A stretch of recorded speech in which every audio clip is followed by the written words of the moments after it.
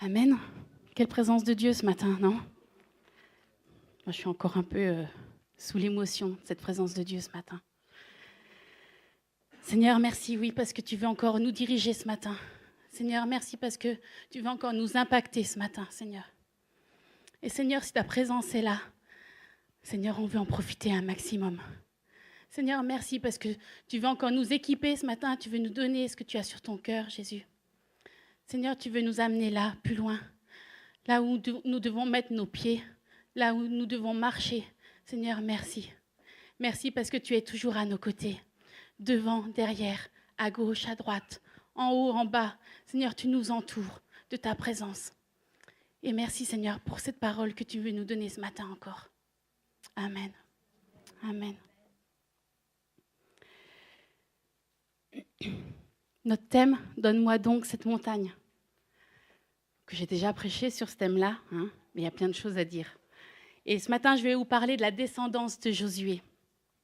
Et tout particulièrement la fille de Caleb. Alors, mesdames, je suis désolée si vous avez déjà entendu une partie de ce message, mais mon pasteur Marie m'a demandé de le prêcher, donc je suis soumise ce matin. Donc, n'ayez pas peur, je l'ai retravaillé, donc je suis sûre que Dieu va nous parler encore ce matin. Il y aura des choses que vous avez déjà entendues. Donc, on va lire dans Josué 14, 6 pour se situer dans l'histoire, se mettre un peu dans le contexte. Josué 14, 6. Donc, moi, je vais vous lire la version Summer. Peut-être que ce n'est pas la même version que ce que vous avez. Des membres de la tribu de Juda vinrent trouver Josué à Gilgal. Caleb, fils de Yéphuné, le Kénizien, lui dit : « Tu sais ce que l'Éternel a dit à Moïse, l'homme de Dieu, à mon sujet et à ton sujet, lorsque nous étions à Kadesh-Barnéa. J'avais 40 ans lorsque Moïse, serviteur de l'Éternel, m'a envoyé de Kadesh-Barnéa pour explorer ce pays. À mon retour, je lui ai fait un rapport en toute bonne conscience. » Dans la version Louis II, il est écrit « Je lui fis un rapport avec droiture de cœur. » Alors que les hommes qui étaient venus avec moi ont découragé le peuple, j'ai été pleinement fidèle à l'Éternel, mon Dieu.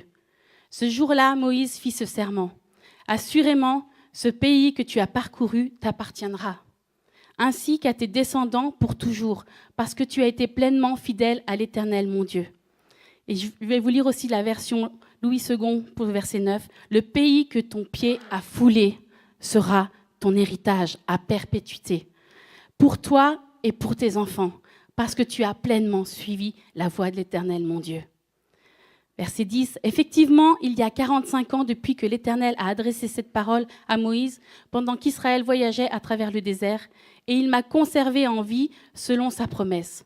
J'ai aujourd'hui 85 ans. Et je suis aussi robuste qu'à l'époque où Moïse m'a envoyé en mission. J'ai autant de force qu'alors, soit pour combattre, soit pour mener une expédition militaire. Donne-moi donc cette montagne dont l'Éternel a parlé ce jour-là, car tu as appris, alors qu'il s'y trouve des Anakim, des géants, et qu'il y a de grandes villes fortifiées, que l'Éternel soit seulement avec moi, et je les déposséderai, comme l'Éternel a dit. » Josué bénit Caleb, fils de Yéphuné, et lui donna la ville d'Hébron pour patrimoine, pour héritage. C'est pourquoi Hébron appartient encore aujourd'hui aux descendants de Caleb, fils de Yéphuné le Kénizien, parce qu'il avait été pleinement fidèle à l'Éternel, le Dieu d'Israël.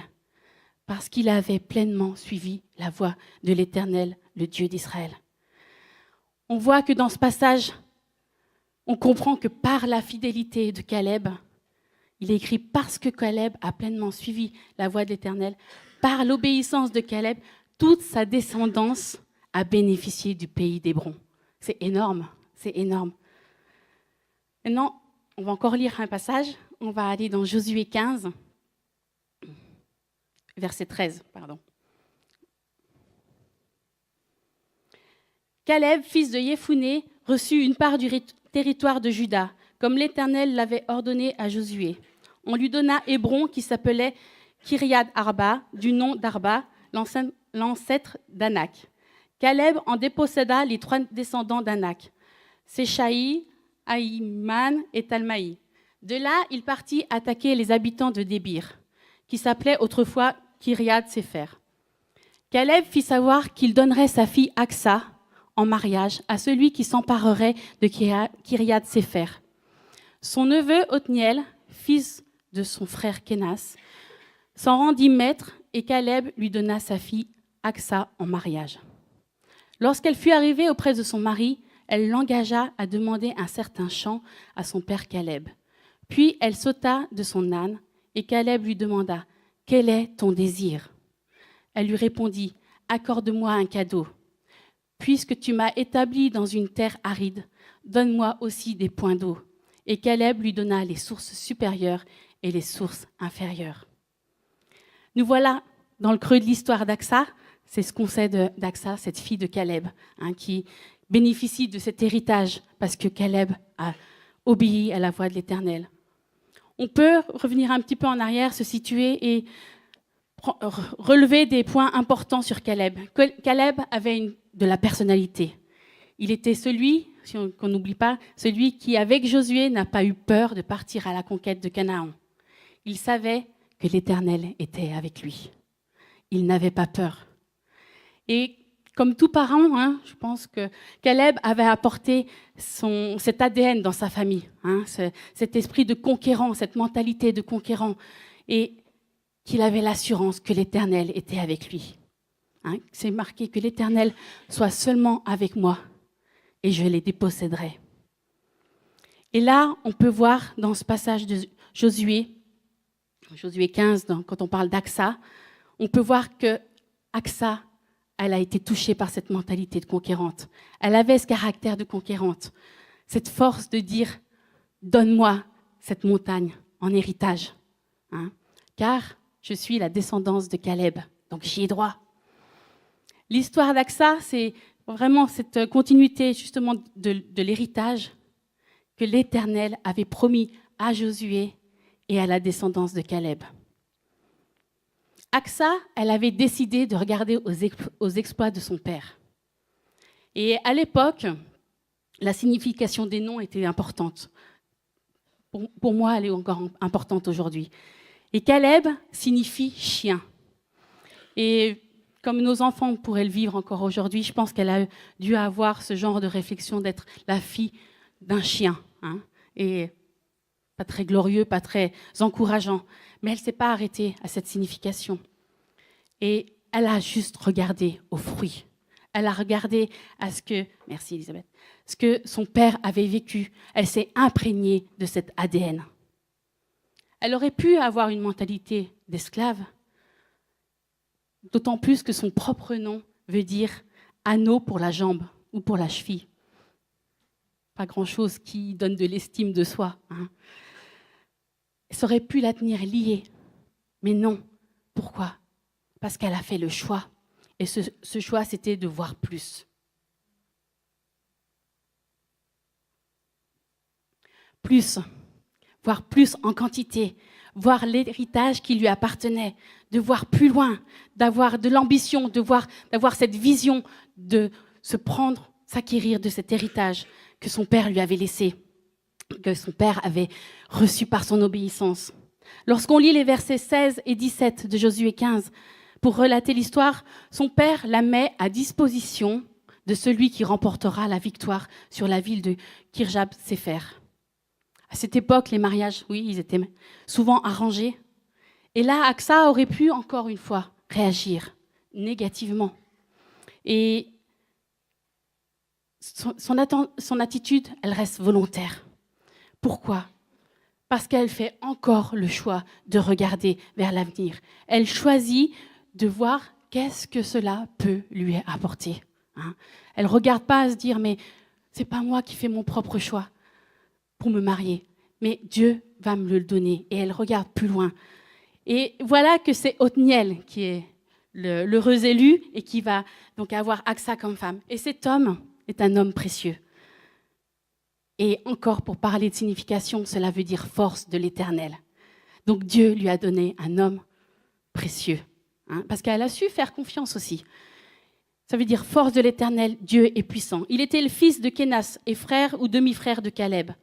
Et petite parenthèse pour vous situer cet homme aussi, c'est lui par la suite qui a été ce guerrier qui a libéré Israël de la tyrannie de, je vais lire, Kushan-Rishathaïm, roi de Mésopotamie, et devint juge.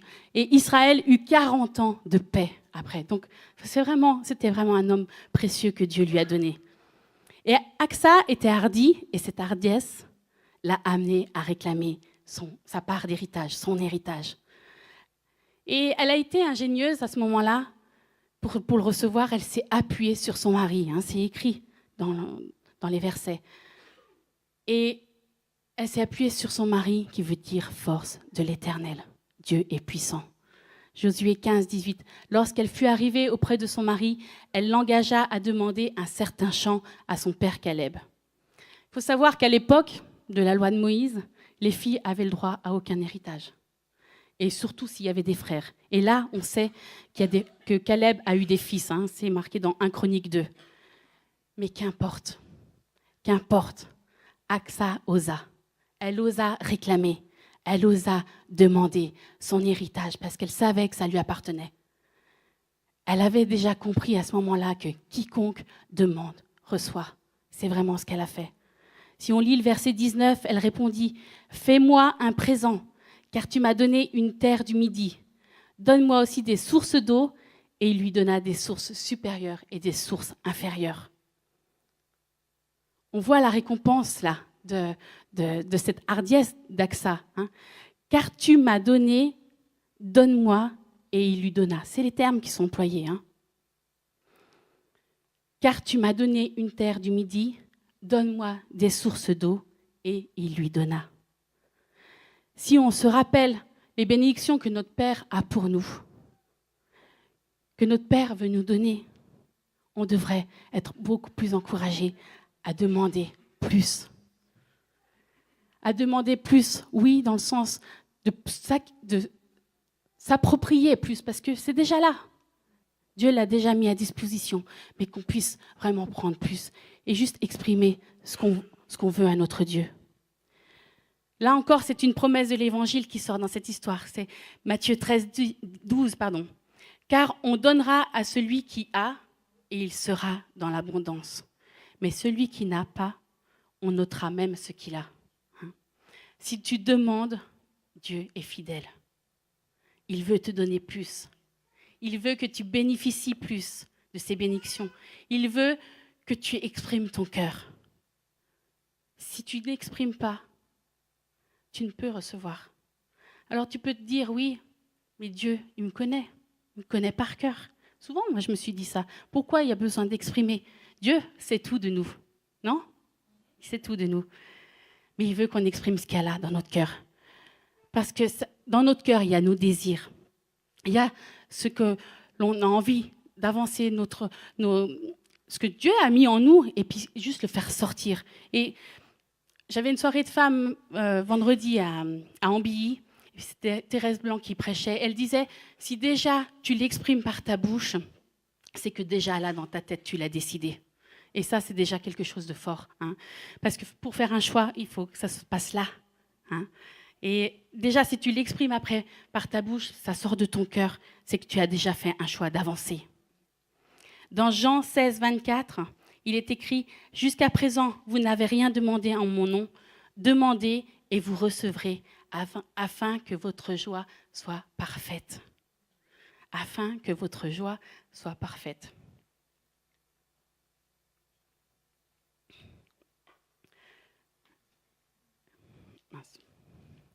Vous imaginez avoir une joie parfaite. Je crois qu'on ne peut pas imaginer avoir une joie parfaite. C'est quelque chose juste de grandiose que notre Père nous propose de vivre, qu'on puisse atteindre un niveau de joie parfait. Et vous savez que la Bible est la vérité. Vous savez qu'elle est juste véritable. Et c'est écrit dans la parole. C'est écrit dans Jean 16, 24. Afin que votre joie soit parfaite. Ça veut dire quoi? Qu'on peut juste le vivre, qu'on peut juste le demander et qu'on a juste à rentrer dedans. Alors le mot juste, des fois, il est facile à dire, mais c'est un choix qu'il faut qu'on prenne, de rentrer dans ce que Dieu veut nous donner pour que notre joie soit parfaite.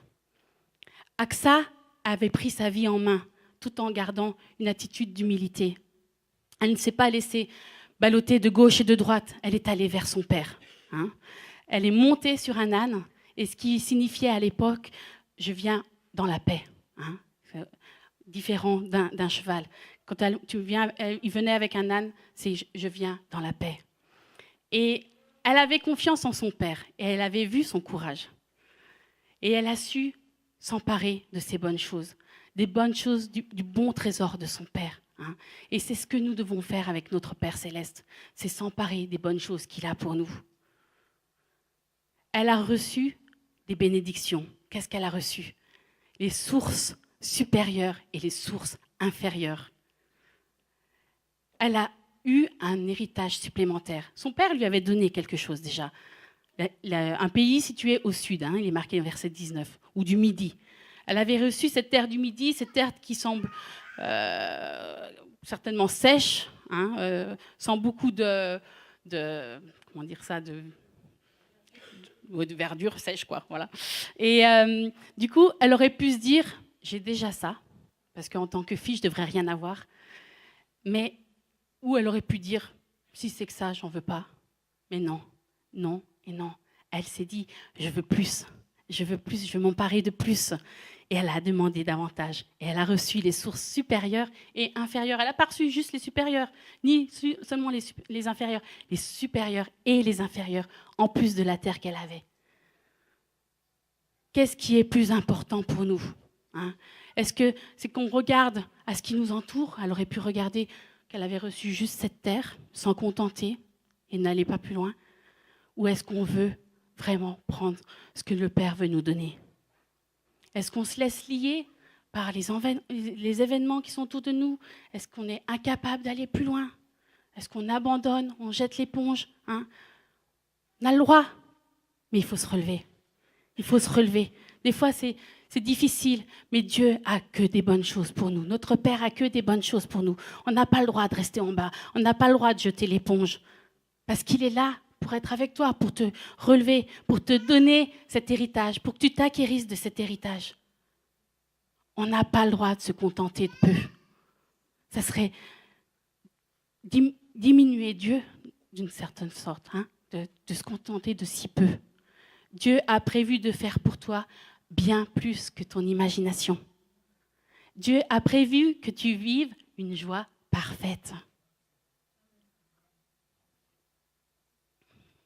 Réclamons ce que Dieu a pour nous. Ce qu'il a pour toi, réclame-le. Ce qu'il a pour moi, il faut que je le réclame. Écrivez peut-être quelque part sur votre miroir, donne-moi tout ce que tu as pour moi aujourd'hui. Chaque jour, commence ta journée. Seigneur, je veux m'emparer de ce que tu as pour moi aujourd'hui. Marque-le quelque part où tu puisses pas passer à côté et puis tu puisses le proclamer quand tu commences le matin. Donne-moi tout ce que tu as pour moi aujourd'hui. Cet héritage, il nous appartient. Et on doit le prendre. On doit le prendre. Quel que soit ton héritage humain, matériel, psychologique, spirituel, peu importe. Il y a un champ d'investigation dans lequel il y a des sources d'en haut et des sources d'en bas qui te sont accordées pour que tu sois rafraîchi, désaltéré. Hein? Parce que des sources, c'est rempli d'eau. Hein? Donc c'est pour nous désaltérer. Le premier terrain que notre Père nous offre, c'est notre cœur. Comment est irrigué notre cœur? Comment est-ce qu'on l'arrose? Ça, c'est la première démarche à avoir pour pouvoir avancer. Est-ce que notre cœur est rempli d'amertume? Est-ce qu'il est rempli de colère? Est-ce que les sources qui l'alimentent sont polluées? Est-ce qu'il y a la jalousie dans notre cœur? Le contrôle? Je ne vais pas tout citer, il y a tellement de choses qui pourraient venir nous tenir emprisonnés. Qu'est-ce qui dirige notre cœur? Qui dirige ton cœur? Ça, c'est une question qu'il faut se poser avant tout. Comment on arrose nos vies? Avec quoi on arrose nos vies? Qu'est-ce qu'on met dans nos oreilles, dans notre cœur, qui arrose nos vies? Notre Père a un plan bien plus grand que ce qu'on l'imagine. Et on se contente de trop peu. Je pense vraiment qu'on on goûte très peu à la bonté de Dieu. Dieu veut nous donner plus. Dieu veut qu'on prenne plus. Il nous a tout donné. Donc c'est pour ça que je me reprends quand je dis Dieu veut nous donner plus, parce qu'il a déjà tout donné. Mais il faut qu'on s'empare de plus. Il faut qu'on prenne ce qu'il a prévu pour nous. Qu'est-ce qu'on fait de ce qui est autour de nous, déjà, à notre portée de main? Qu'est-ce qu'on fait de ce que Dieu a déjà mis en nous? Ces dons qu'on sait qui sont déjà là, qu'on sait qu'on fleurit avec ces dons. Qu'est-ce qu'on fait déjà avec ça? Dieu a des sources intarissables, inépuisables. Et on le sait. Est-ce qu'on va toujours puiser dans ces sources célestes? Ou est-ce qu'on puise dans nos sources humaines? Nos connaissances, notre savoir, nos forces. Finalement, quel est le résultat? On s'épuise, on lâche, on abandonne. Dieu ne s'occupe pas de moi. On a trop vite des conclusions qui sont des mensonges de l'ennemi. Et voilà, encore une fois, on se fait piéger. Pourquoi? Parce qu'on essaye de contrôler. On essaye de faire avec nos propres forces et on ne donne pas tout à Dieu. Est-ce que tu lui as tout remis dans ses mains? Est-ce que tu te laisses porter par lui? Dans les défis, bien sûr, c'est là que c'est encore le plus important. Quand c'est difficile, est-ce que tu te laisses porter ou est-ce que tu te laisses embarquer par les circonstances? Est-ce que tu mets des plans A, des plans B, pardon, parce que le plan A, c'est le plan de Dieu, des plans B, C et D, des fois que Dieu ne saurait pas comment s'y prendre, des fois que ça ne marcherait pas.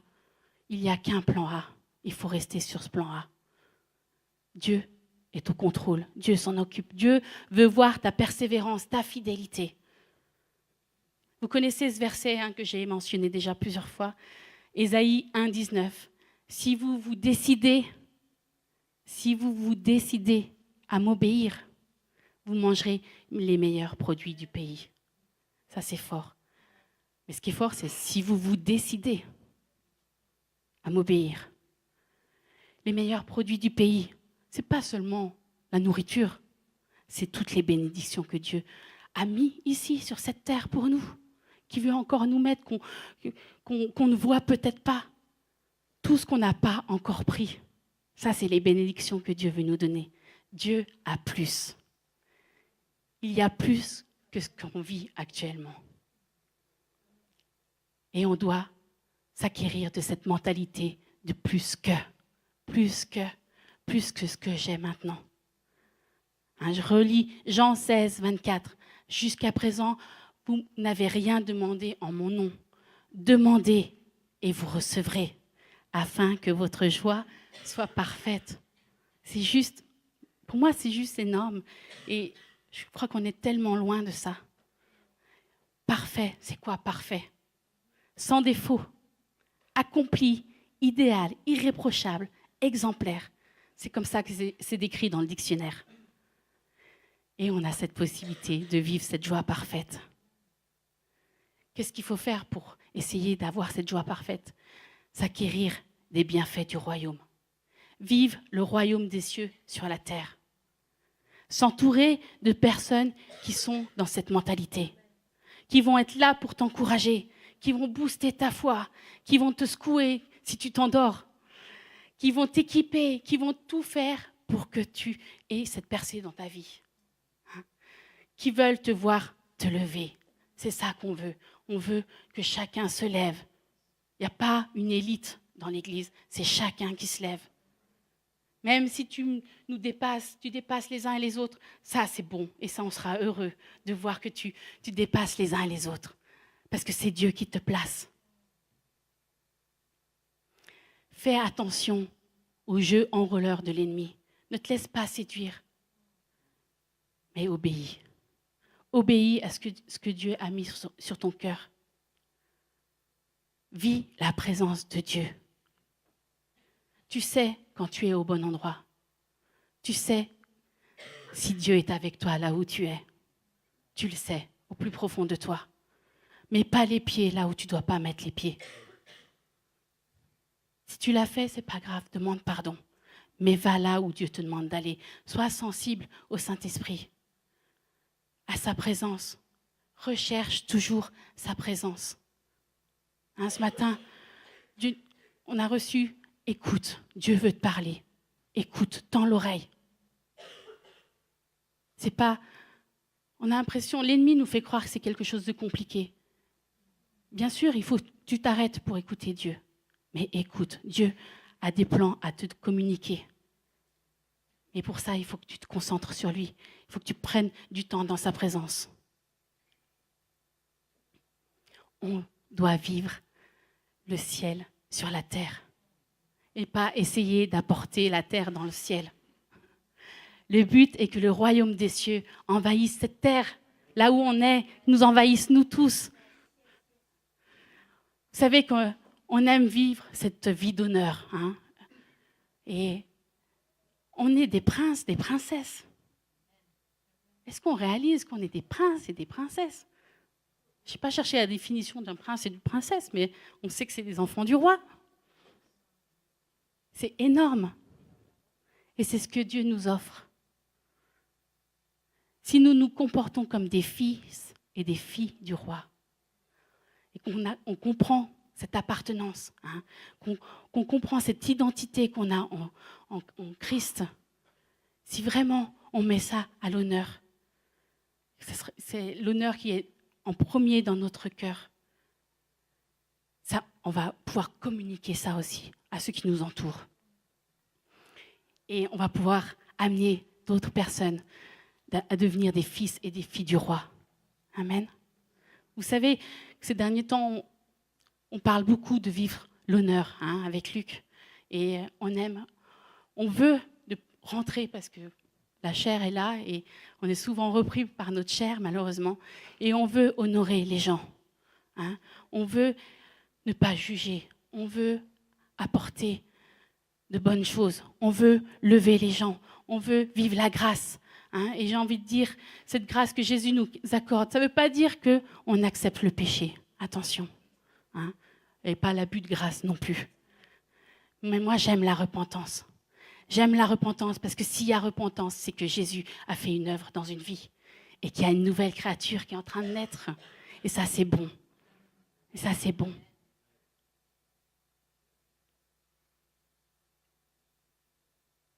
On a envie de voir des gens qui se lèvent.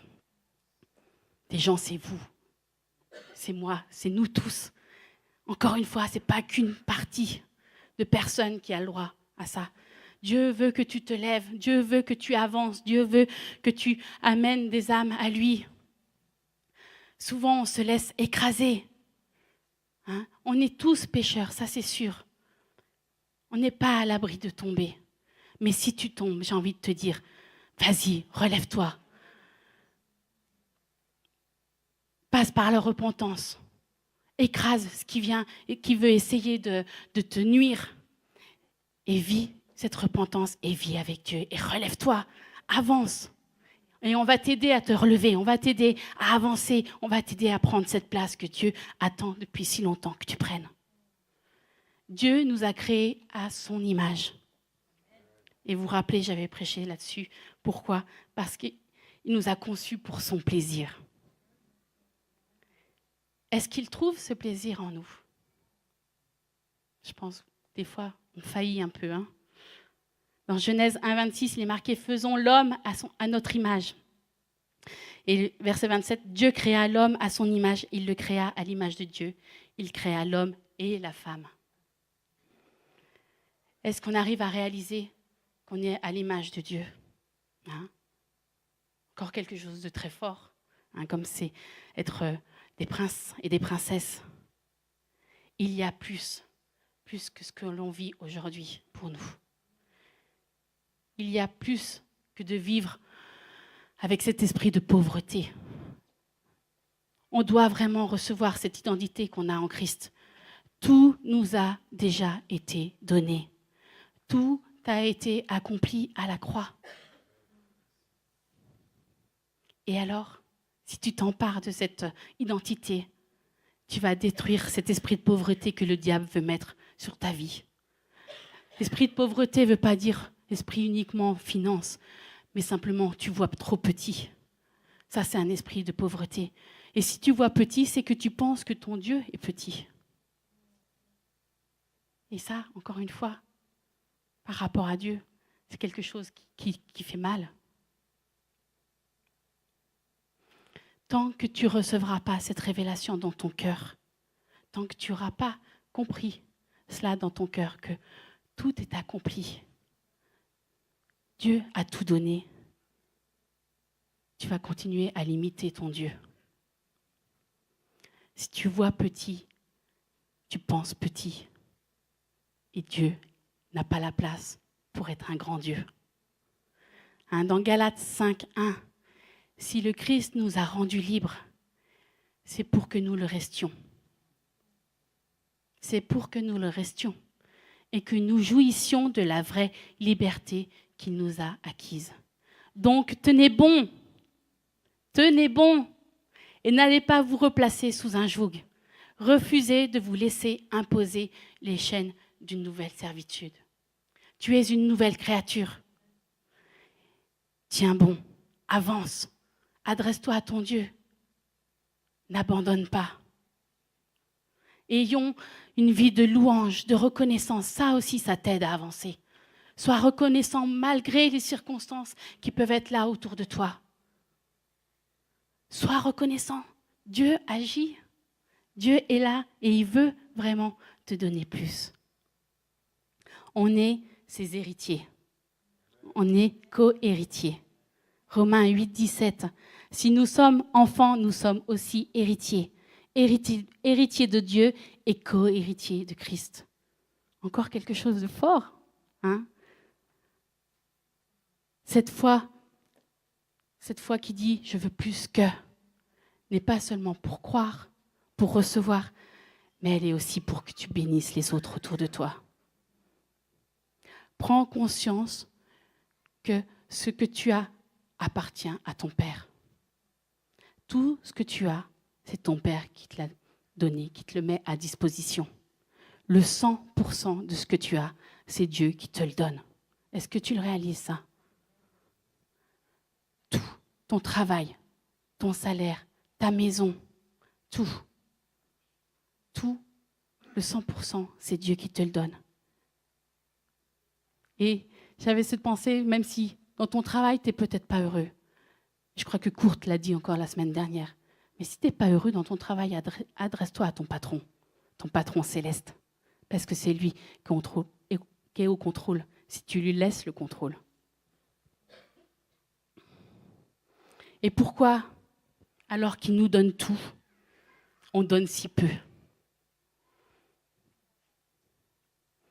Pourquoi, alors que tout ce qu'on a, on est des égoïstes avec? Parce que, oui, on est tous, quelque part, égoïstes avec ce que Dieu met à notre portée. Hein. C'est un mot qui est fort, égoïste, mais il est comme ça. C'est vraiment la définition de tout ce qu'on garde pour nous, quoi. C'est ça, hein, l'égoïsme. Qu'est-ce qu'on donne à notre Dieu? Est-ce que tu obéis à ton Dieu? Est-ce qu'on arrive à rentrer dans ce que Dieu a prévu pour nous, les plans qu'il a prévus pour nous? Est-ce que tu lui fais suffisamment confiance? Est-ce que tu lui fais confiance dans tout ce que tu entreprends, dans ton travail? Est-ce que tu travailles dur dans ton travail pour pouvoir nourrir ta famille? Ou est-ce que tu laisses Dieu gérer ça?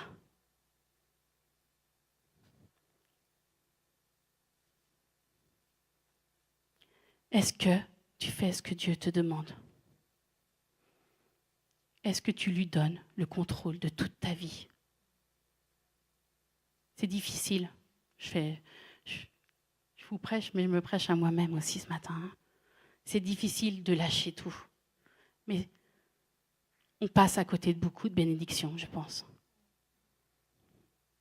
Hein? Il est aussi marqué dans Jacques 1,22. Mettez en pratique la parole.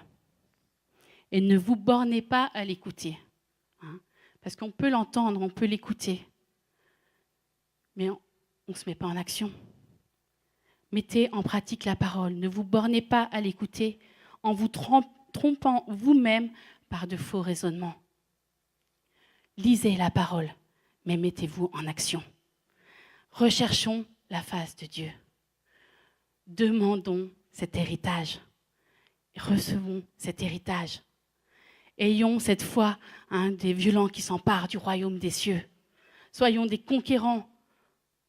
Cette mentalité de conquérants, de victorieux. Soyons de ceux qui encouragent. Soyons de ceux qui permettent aux autres de se lever.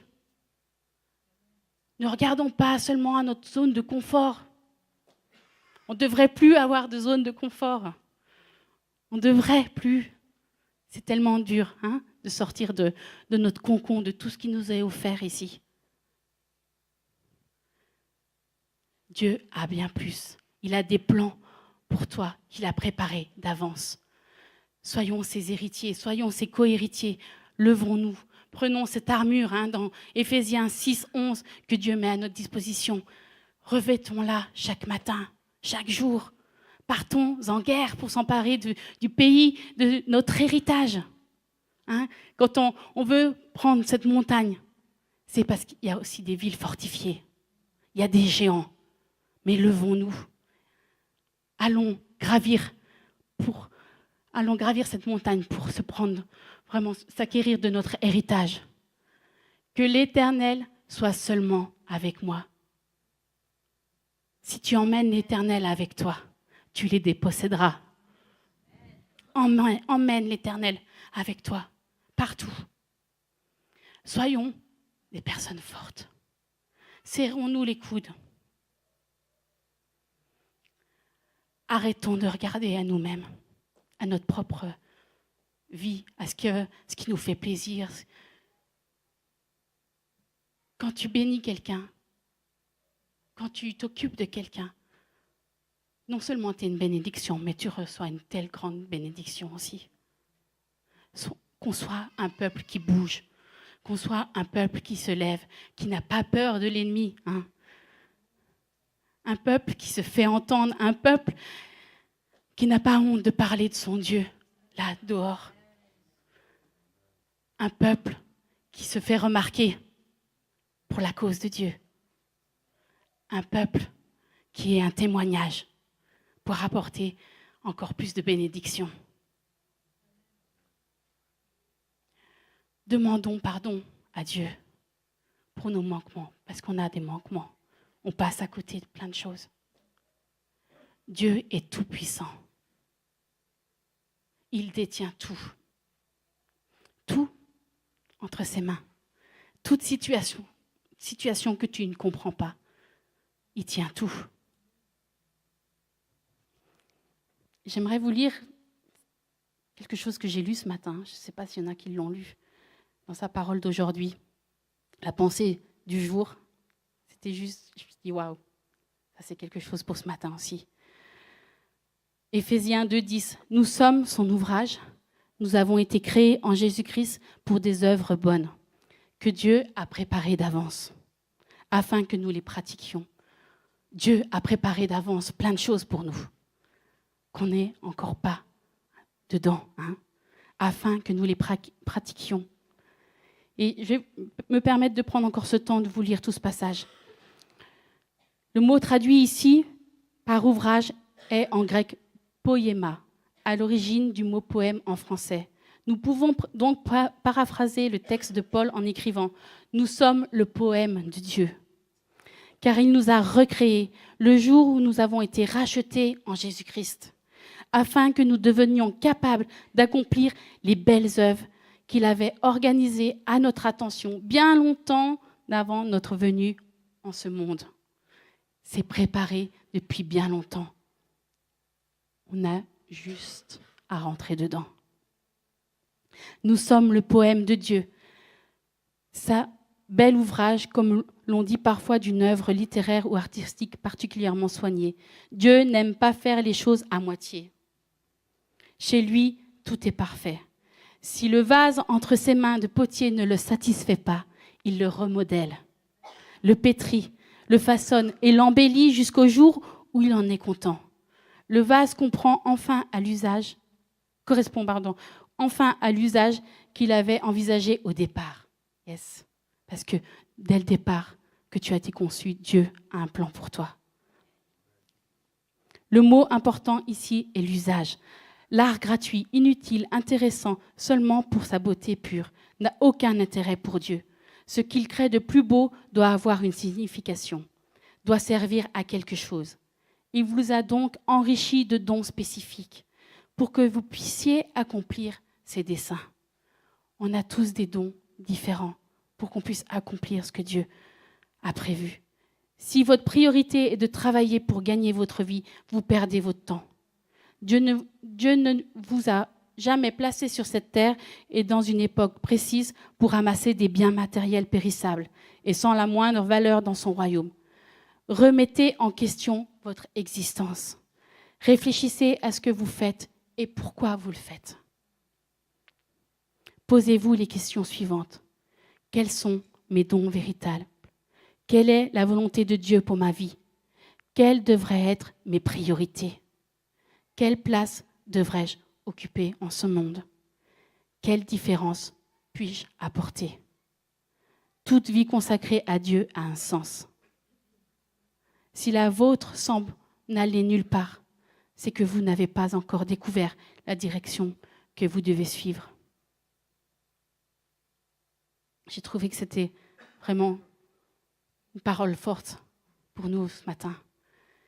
Et depuis quelque temps, je ne sais pas si vous l'avez ressenti depuis quelques semaines, il y a vraiment un esprit de consécration, de repentance, ici à l'Église. Et même dans le choix des chants, on peut le ressentir. Et j'aimerais vraiment qu'on puisse se lever, qu'on puisse prier tous ensemble, que chacun se trouve devant Dieu et qu'il fasse ce qu'il doit faire. Qu'il mette en règle ce qu'il a à mettre en règle dans sa vie. Chacun sait ce qu'il doit mettre en règle. On a tous des choses à mettre en règle. Mais fais-le. Fais-le. Ne dis pas que cela est pour quelqu'un d'autre. C'est pour chacun de nous, c'est pour moi. On a tous des choses à mettre en règle. Et Dieu attend après ça. Dieu attend après ça pour que tu puisses rentrer dans ce qu'il a prévu d'avance. Dieu te parle. Écoute-le. Il l'a dit encore ce matin. Tends l'oreille. Consacre à nouveau ta vie. Consacre à nouveau ta vie à ton Dieu. Est-ce qu'on peut se lever ce matin comme un acte d'obéissance?